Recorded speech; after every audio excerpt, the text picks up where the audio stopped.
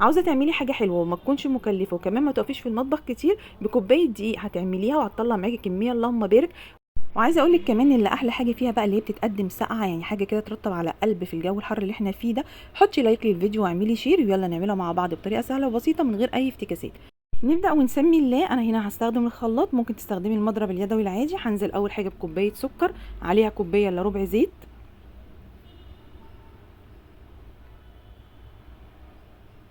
هنزل كمان بكوبايه لبن او حليب.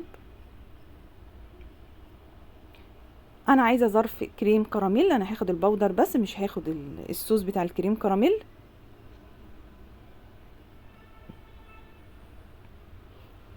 هضرب بقى كل المكونات دي لغايه ما الاقي السكر بتاعي كده داب. هاتي بقى كوبايه وشيلي املي الكوبايه دي من الخليط اللي احنا عملناه مع بعض واركنيها جنبك في التلاجة.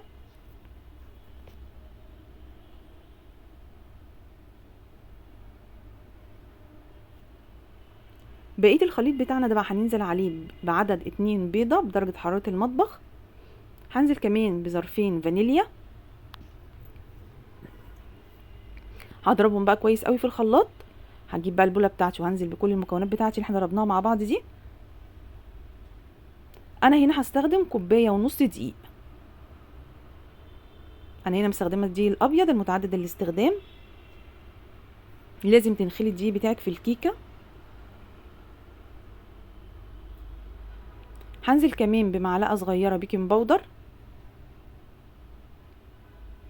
ذره ملح، وقلبي بقى كويس قوي. واهم حاجه في الكيكه تقلبيها في اتجاه واحد. اخر حاجه هنزل بمعلقه كبيره خل.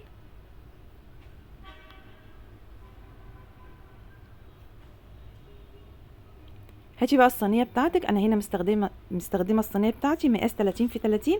هدهنها دهنه زيت كويسه كده وهدهن الجناب بتاعتها برضو. هنزل بقى بالخليط بتاعي.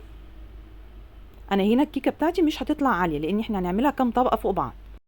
ادي بقى الصينيه بتاعتك كده ضربتين 3 على الرخامه، طلعي منها الهواء ودخليها في الفرن على الرف اللي في النص على درجه حراره 180. هتعامليها معامله الكيكه العاديه. دخلنا الكيكه بتاعتنا الفرن، نبدا بقى نجهز مع بعض تاني طبقه. انا هنا هستخدم كوبايه كريم شانتيه، انا مستخدمه كريم شانتيه خام. هنزل عليهم بمعلقتين كبار لبن بودر، معلقتين كبار سكر، وهنا السكر حسب الرغبه. هنزل كمان بكوبايه ونص ميه، لازم الميه بتاعتك تكون متلجه او ساقعه. هاتي بقى المضرب الكهرباء بتاعك وابداي اشتغلي كده في الكريم شانتيه لغايه ما يتقل معاكي وياخد معاكي القوام الكريمي. بصي ده القوام اللي انا عايزاه. لما تلاقي كده تضاعف حجمه بقى كريمي، ابداي حطيه جنبك في التلاجة لغايه ما تطلعي الكيكه بتاعتك من الفرن، ولازم تسيبيها تبرد. عملنا لها اختبار وطلعت الكيكه بتاعتنا مستويه. الخطوه دي اختياري، ممكن تستغني عنها. هتجيبي نص كوبايه لبن ساقع وتحطي عليها معلقتين سكر وتدوبيهم كويس قوي وتشربي الكيكه. ممكن تستغني عن الخطوه دي، هي الكيكه بتاعتنا طريه مش محتاجه، بس انا حبيت ان انا ازود الطراوه بتاعتها. بس لازم خطوه اللبن دي تعمليها لما تكون الكيكه بتاعتك بردت خالص. هنزل بقى بكميه الكريم شانتيه بتاعتي وهبدا اسوي الصينيه بتاعتي كده بسباتيلا باي حاجه عندك. واخر حاجه هنزل بالكوبايه اللي احنا شلناها مع بعض في اول الفيديو، كانت في التلاجة. ابدأي برضو سويها كده على الكريم شانتيه وسيبيها كده لما تسقع شويه في التلاجة، وابدأي بقى طلعيها وامسكي كيس الصوص بتاعك اللي كان مع الكريم كراميل.